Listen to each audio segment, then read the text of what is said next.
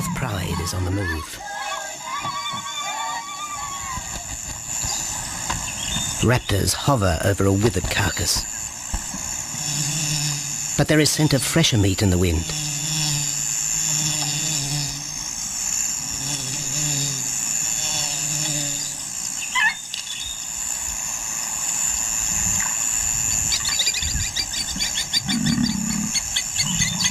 Pickings have been slim for Nabamba's pride since her fight with a startled warthog. The lioness is limping from the encounter. And even the pride's big male, Jabu, wonders when his next meal will come.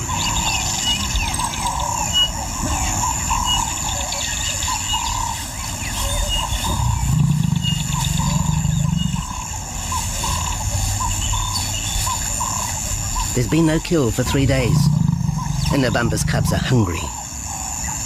Survival is tough across this tawny continent, and for the lions of Pinda Reserve, etched into the heart of Zululand, only those with speed and cunning will eat.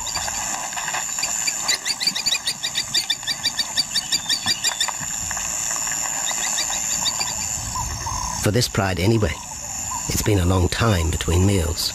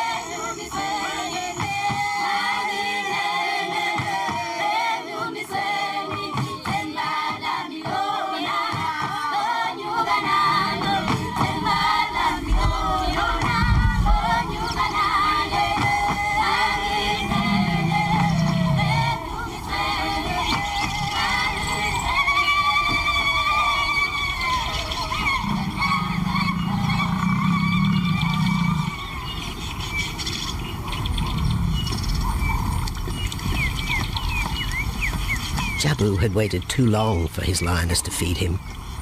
Overnight, his stealth carried him into the path of a careless zebra. The rest of the herd is still skittish.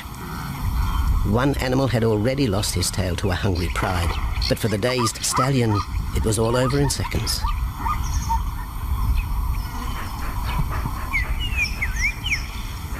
The big male watches his kill from a distance, exhausted by the chase, exhilarated by the sport.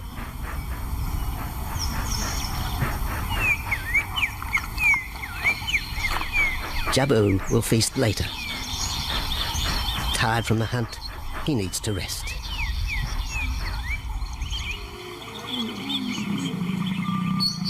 But his prey will be safe. Few scavengers will risk the sudden return of the Lion King.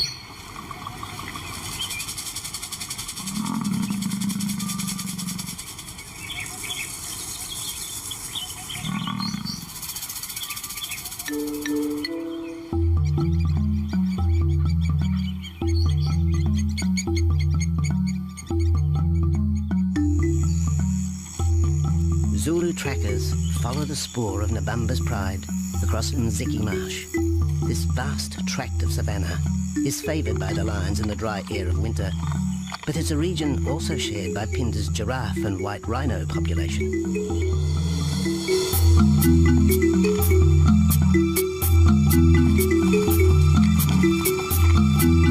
Through modern times, most of southern Africa's wildlife has been ravaged by hunting and habitat loss.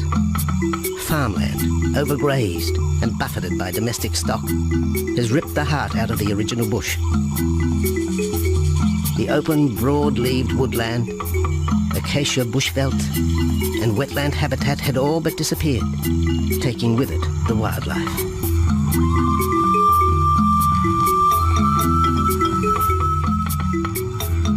A few years ago, the Pinda project was born.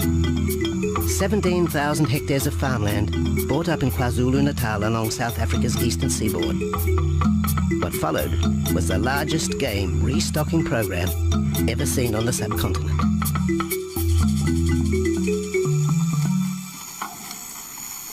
The land was overgrazed to a certain extent and it wasn't in very good shape. They put all these farms together, put a perimeter fence around it, and then brought in a lot of game. I mean, we brought in elephant, we brought in rhino. We started off with those sort of animals and then started with cheetah, bringing in cheetah onto the reserve, mainly to get them used to the area before the lions came on, because the lion is a more superior predator as such and would dominate the cheetahs. We wanted to get them settled first before the lions came in.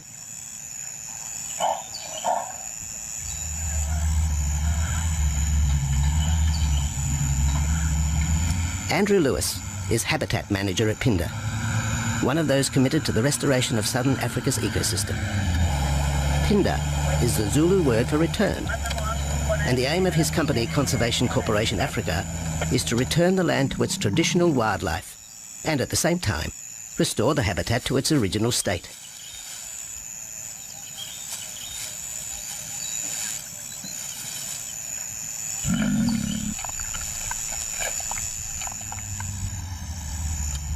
Pinda is cautiously open to top-level tourism, limited and luxurious. Dreams of extending the green frontier require funds, and the reserve's lion pride has already earned its keep.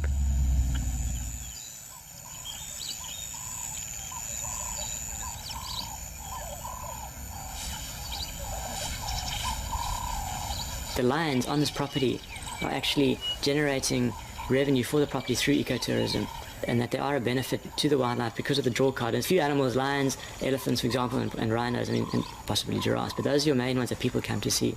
And we've been very fortunate to be able to have lions on the property, and I think those lions that we have given us amazing value for our guests, and by getting our guests in here, we're getting revenue into the area, and that's benefiting wildlife as a whole.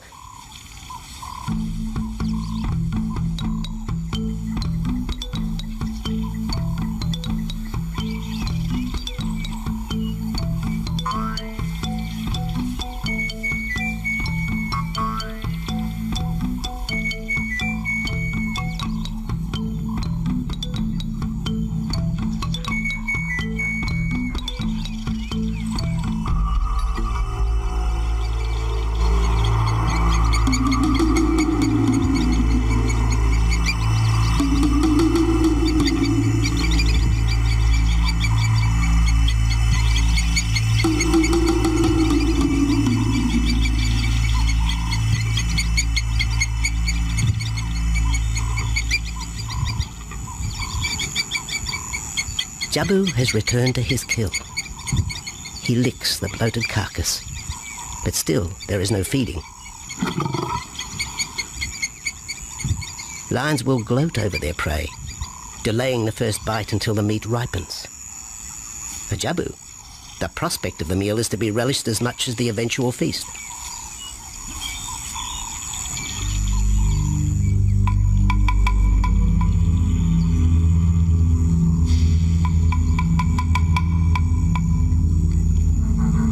Meanwhile, Nabambo's pride is on the prowl.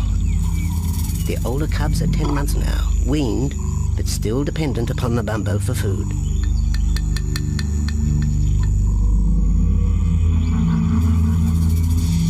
The cubs are learning to stalk, but they won't kill for another 6 months. Young male lions are usually ejected from the pride when they are about 2 years old. Fending for themselves, they form hunting groups with other isolated males. Nabambo's cubs aren't sure what to do with prey so close, but the lioness isn't far behind. Their time for hunting will come. Nabambo's 4-year-old daughter also lives with the pride. She is the mother of the group's youngest offspring, 7-week twins Umveli and Damana. The little cubs have been hidden since birth, and now stay close within the protective circle.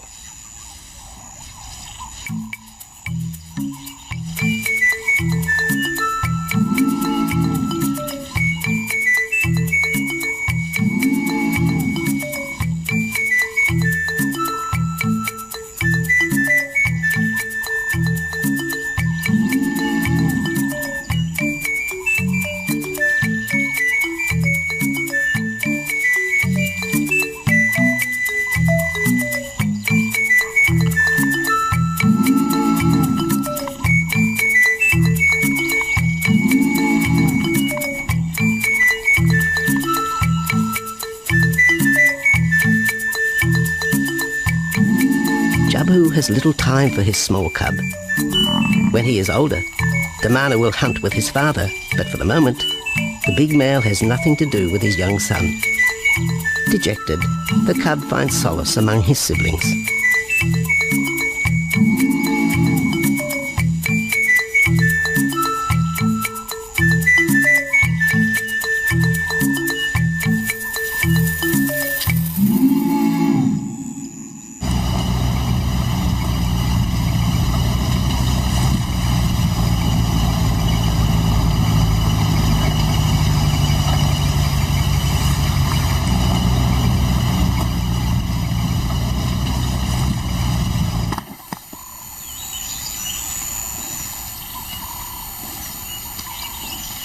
A young giraffe lies helpless in the grass.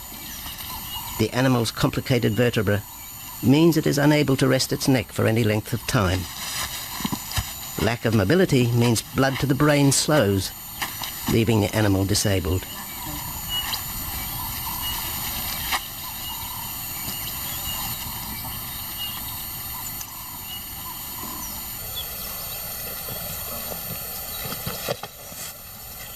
Efforts to lift the head fail, and rather than leave the giraffe vulnerable to predators, the young bull is shot by rangers.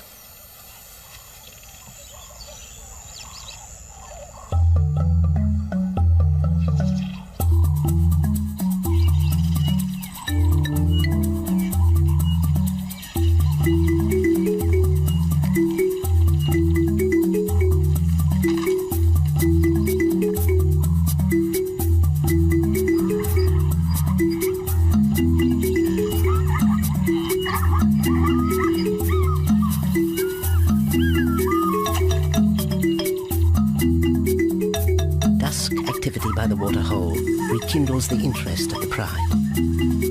Nabambo is typical of most big cats.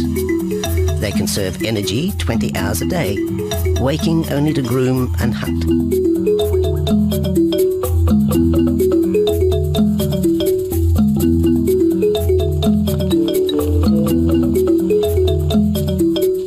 The lioness shows little sign of her injured leg, but the tusks of the warthog have torn sinew and muscle, slowing her in the pursuit of prey.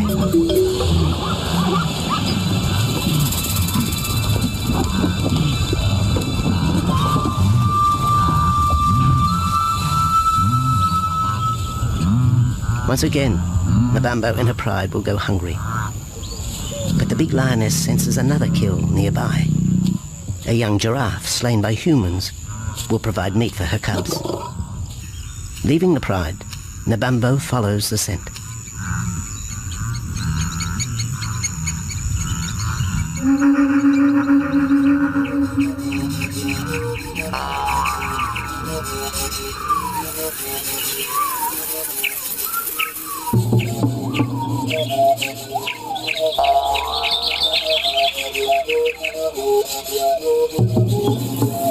Left alone, the older cubs know the drill. They will wait for Nabambo's call to take them to the kill.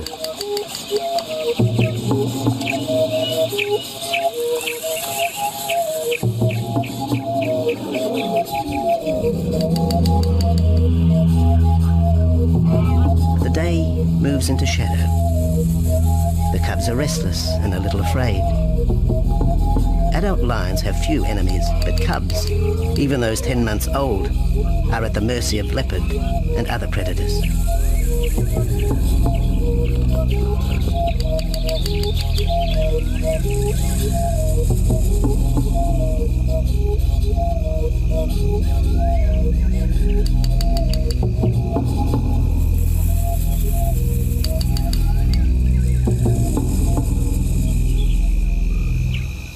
Nabambo has reached the kill, but her daughter is there first. Even though females hunt together, rivalry for the prey is fierce.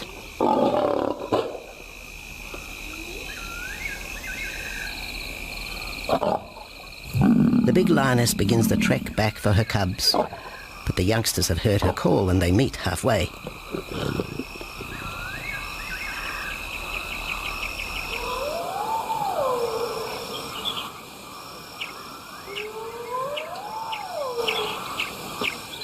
Nabambo settles herself in the long grass. The cubs are unfamiliar with her behaviour.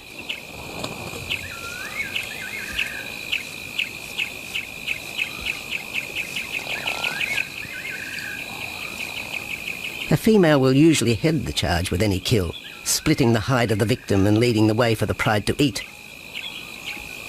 But there is human scent around the giraffe, and the big lioness is cautious. She watches her cubs, hidden, alert to any potential threat.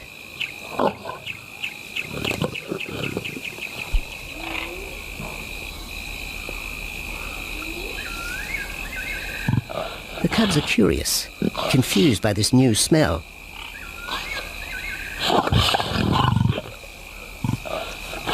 The lioness moves in for a final check, but she has already made up her mind. The carcass is tainted. There are foreign traces, a dangerous ambience. Instinct tells her this is not food fit for her cubs. Disappointed, Nabambo moves away, the scent of another night stalk already in the wind.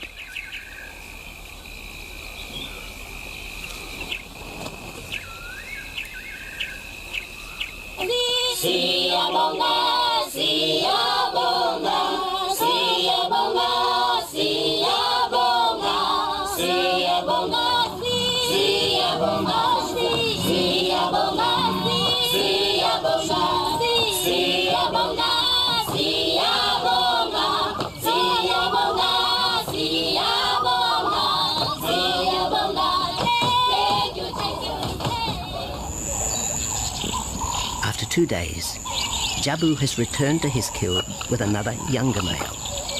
3-year-old Tembi is a son from a previous liaison with Nabambo, and the two paired up after Tembi was ousted from the pride.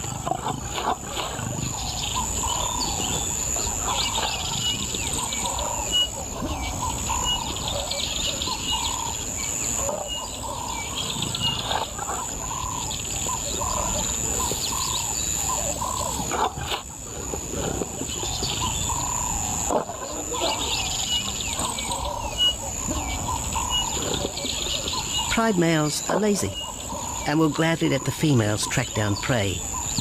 But the theory that males won't hunt is a fallacy.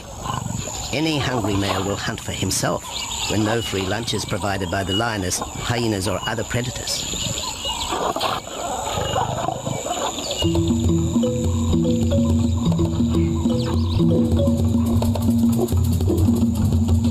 Smaller creatures scatter in the vicinity of the two lions. There will be no hunting for a while. Bloated after the zebra kill, both males will sleep for the next day, oblivious of their surroundings.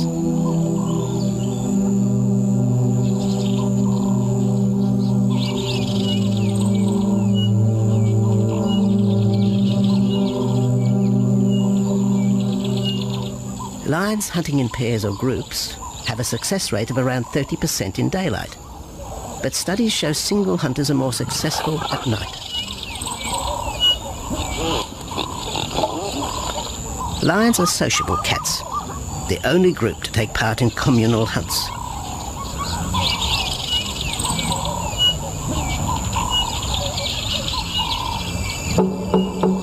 Ambush is an important part of the lion's strategy. Often one pride female will round up the prey from the front, driving it towards a second lioness.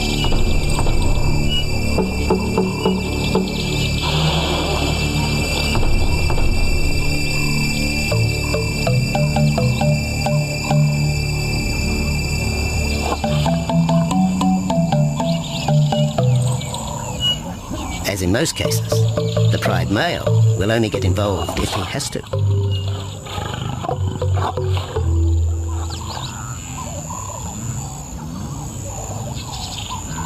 Accidents involving humans are rare in southern Africa's game reserves. Our primal fear of being eaten has been well documented, but in fact, lions seldom attack if they're not provoked. At Phinda, great care is taken to limit the number of people viewing game. Emphasis is placed on causing the animal as little stress as possible.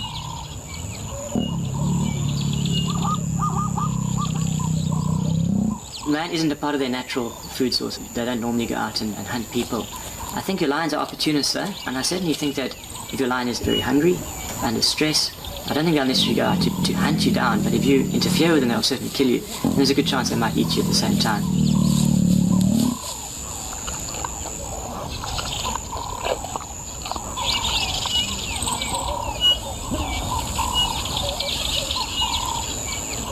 With all animals, it's how you treat them is what's the reaction you're going to get back from them. Certainly at Pinda, all our guides go through a training course and they're all brought up to a certain standard. There is a certain operating ethic with regards to viewing animals, and we certainly try and be as sensitive to the animals as possible.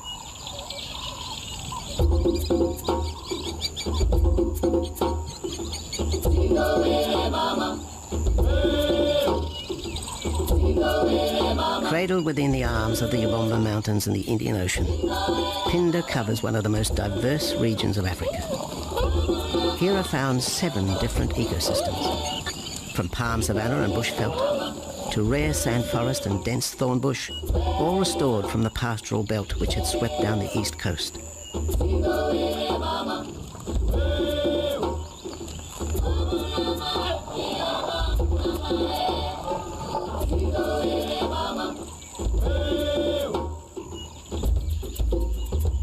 Where cotton, pineapple and cattle farms once stood, lion now roam their habitat again, alongside some traditional neighbours.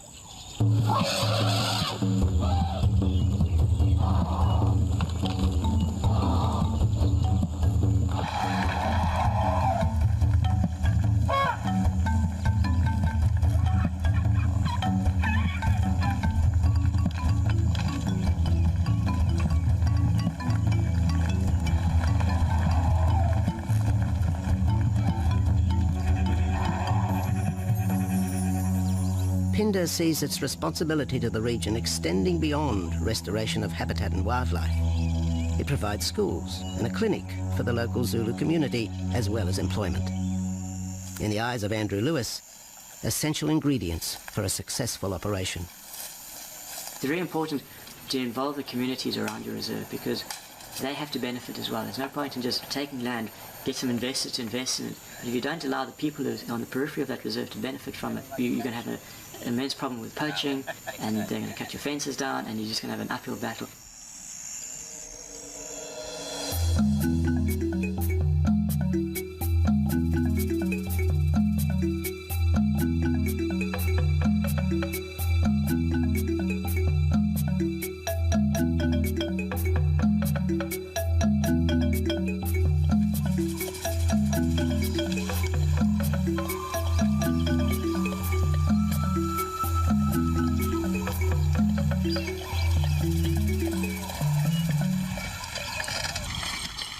In 1992, the Pinda lions were among the first of the big 5 animals to be relocated to the reserve.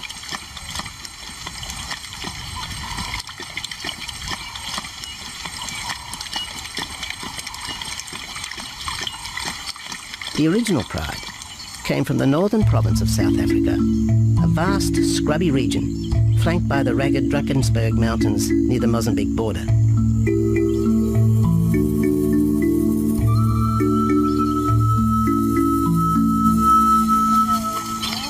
Peter Rogers helped round up Pinda's first pride, handling the lion's capture and subsequent move south. Today, he's head vet at the Hoedspruit Research and Breeding Centre for Endangered Species, overseeing its cheetah breeding program.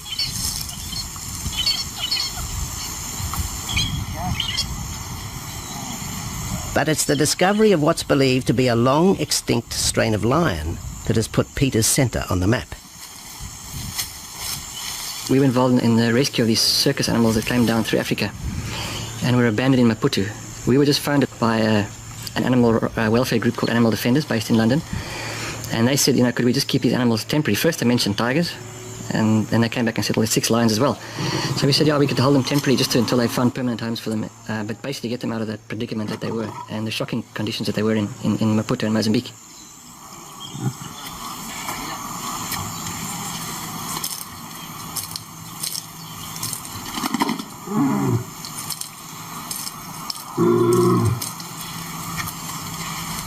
When the lions arrived at the breeding centre, Their size, pale colouring, and the male's thick black belly mane put them into the category of the Cape or Barbary lion, not seen in the wild since the early 1920s. A few still exist in captivity, and a male and female were brought to South Africa from an Italian zoo for breeding purposes. But attempts to mate Akef, the big male from the ill-fated Mozambique circus, with the Italian female are proving difficult.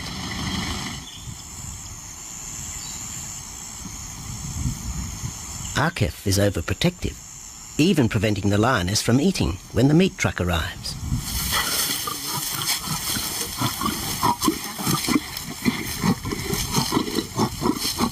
Finally though, Sissy makes her breakthrough.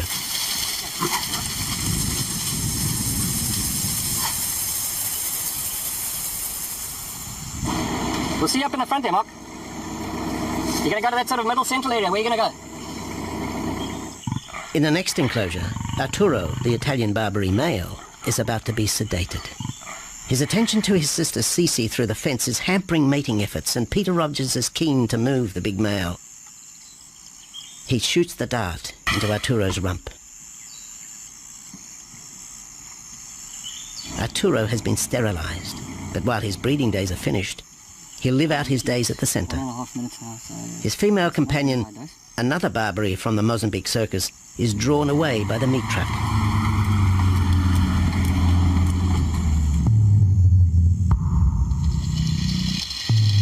It's 20 minutes before the anaesthetic takes effect.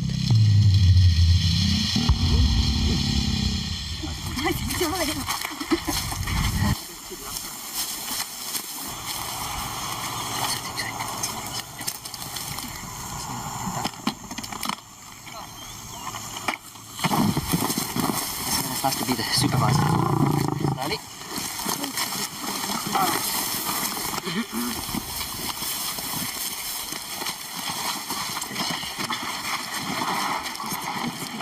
You need all your help at the bottom just to put him back into the cage, okay? One, two, three.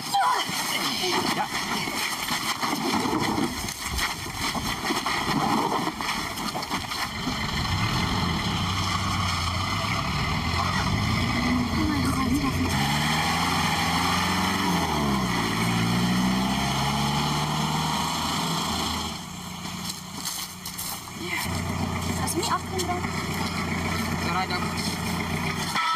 The anaesthetic gives Peter Rogers and his team a chance to check over the 12-year-old lion. He'll spend a few weeks in this cage before being returned to his enclosure for observation. I still want to inject him and everything, Mark.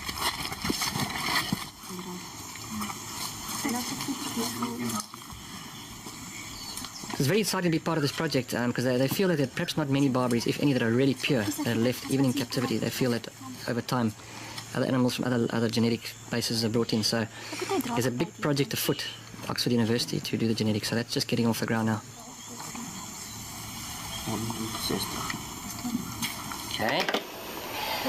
If we just put under the skin on the neck, if we can find the skin under this big beard of his.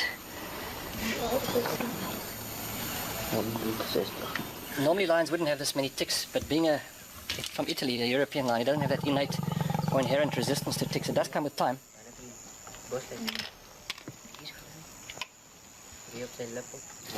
Like a bit of a bit like this. So what we can do is we can put him in there and roll him over inside there. Immediate term now is to get these ones to breed. And we'll take it day by day from there and see how it goes. But the prime object initially was just to get these animals back into good health, and it's developed into something a lot bigger.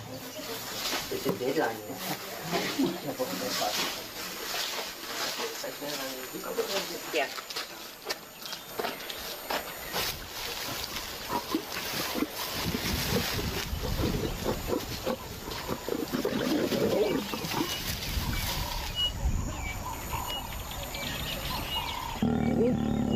While the breeding centre's lions are healthy, it's not the case a few kilometres away in the Kruger National Park, where TB has ravaged half the population. Infected buffalo have been blamed for the outbreak, primarily in the south of the park, and attempts are being made to fence off the diseased area.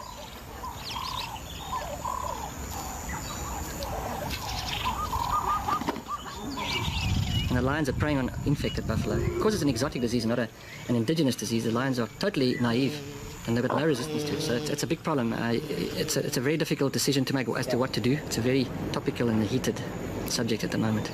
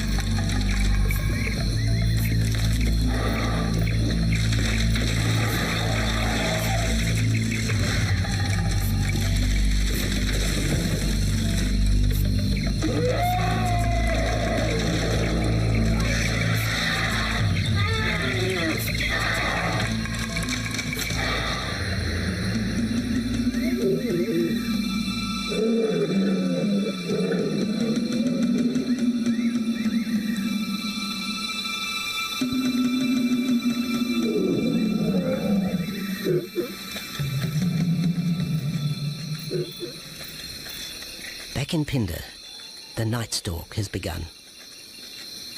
Nabambo keeps her cubs close. They're hungry, but tonight only Impala can be tracked down, a morsel for the lioness. Food is scarce at this time of year, so the pride's territory covers a large area. Lions can only afford to be territorial where there is a reliable supply of game.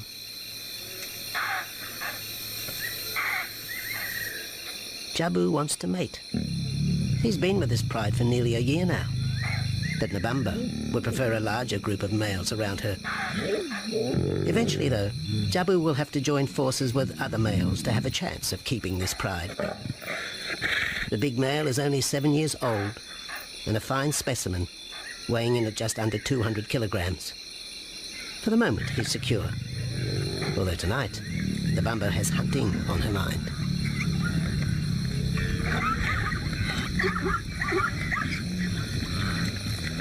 The cubs follow in the lioness's wake. If there is a kill, she will feed first. Often, weak cubs lose out to a hungry mother. High juvenile mortality rates are the result of lean times.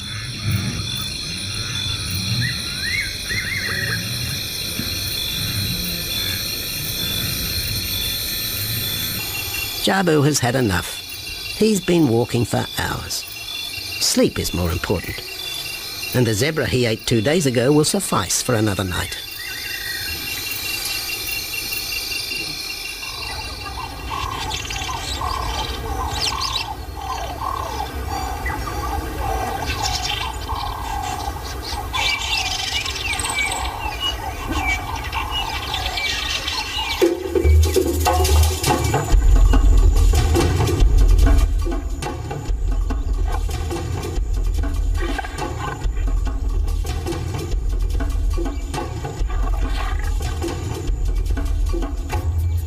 Nabambo has made a kill, a young Nyala buck.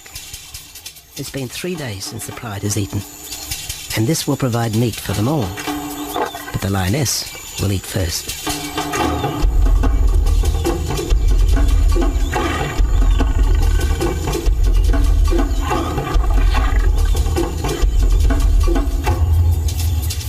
The cubs know the routine. They will get their turn. But Nkosi is hungry. He creeps towards his mother. As the biggest of the cub,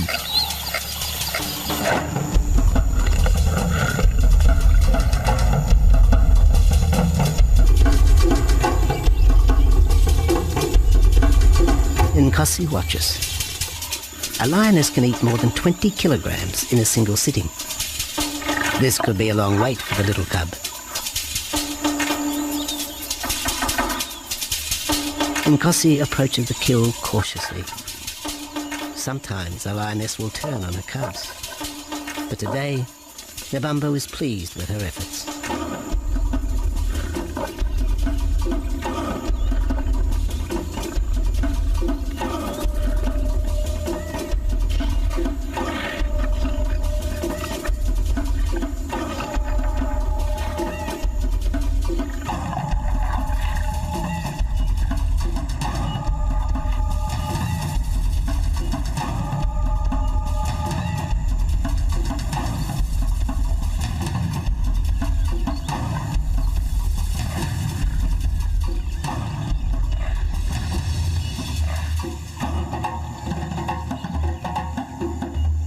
Nabambo has had her fill, for the moment anyway. Lions never eat the stomach of a kill. She will bury it before dragging off the carcass. This way, hyenas and other predators are thrown off the scent. The evidence has been buried. The carcass is no more.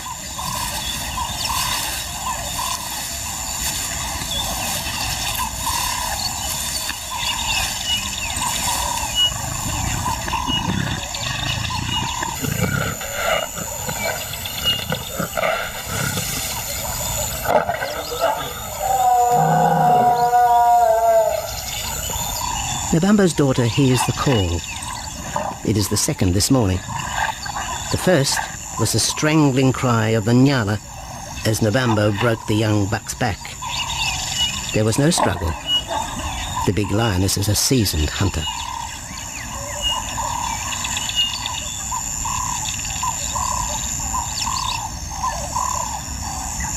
The rest of the pride will feast on the carcass after Nabambo retires.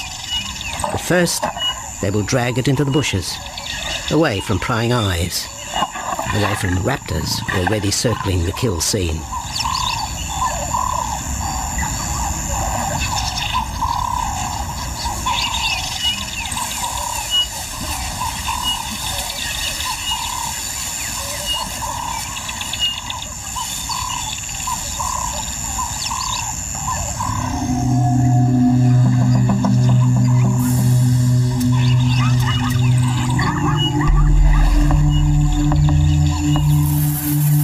Has created a nervous edge.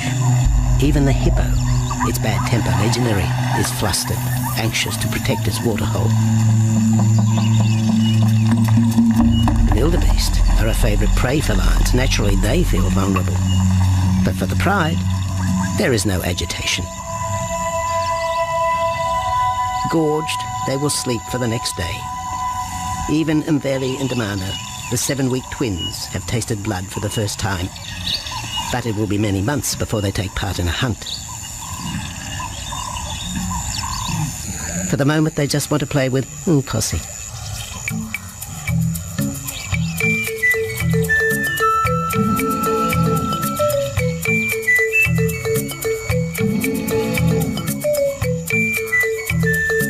The older cub is beginning to take on the shaggy mane of the bigger males. Within 18 months, he will be hunting with them, competing for his own pride. In the meantime, though, he has to contend with his young siblings.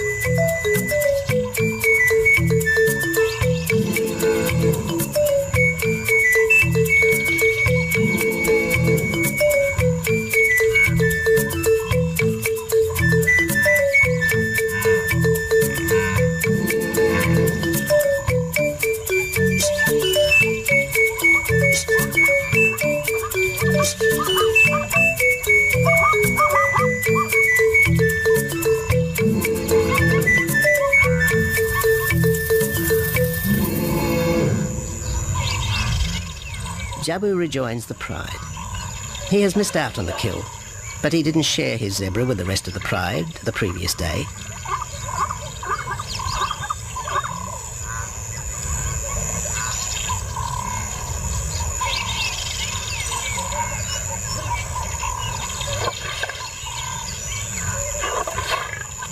A half-hearted attempt at mating, but the big lion's attention is drawn to a curious onlooker. With the pride so close, the giraffe won't be sitting for long. Drinking and sitting is when they are at their most vulnerable.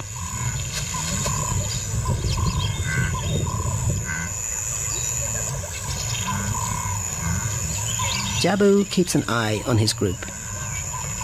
Pride takeovers by other males are common, and savage fights can occur between the pride male and the intruder. If a takeover is successful, the new male will usually kill all the suckling young of his former rival. When a nursing mother loses her cubs, she comes into heat within a few weeks. The normal interval between cubs is about 2 years, with a gestation time of 3 to 4 months.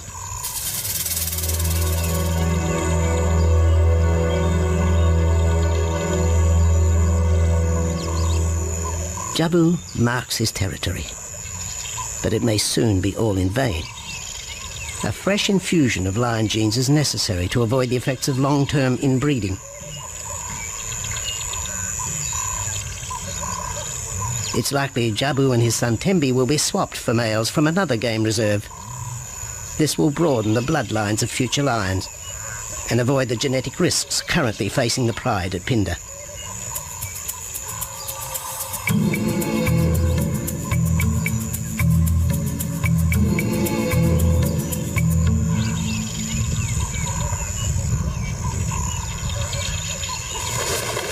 Vultures have found the dead buck, but there is little left of the carcass. Mabamba and her pride have eaten. The big lioness tries to dislodge Nyala fur from her teeth. Tomorrow, the next day, there will be another kill. Mabamba's cubs will grow up strong.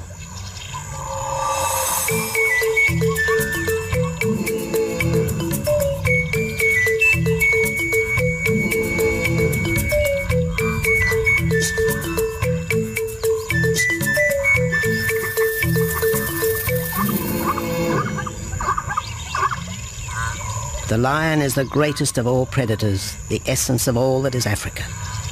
And yet, there are fewer than 50,000 left in the wild. The future for the species lies in managed reserves such as Phinda.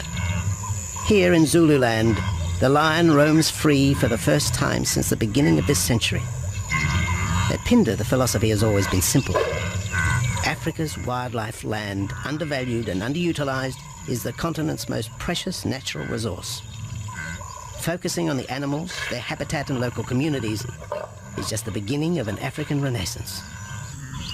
Phinda is, after all, the Zulu word for return. Maybe, too, it's a chance for man to redeem himself just a little.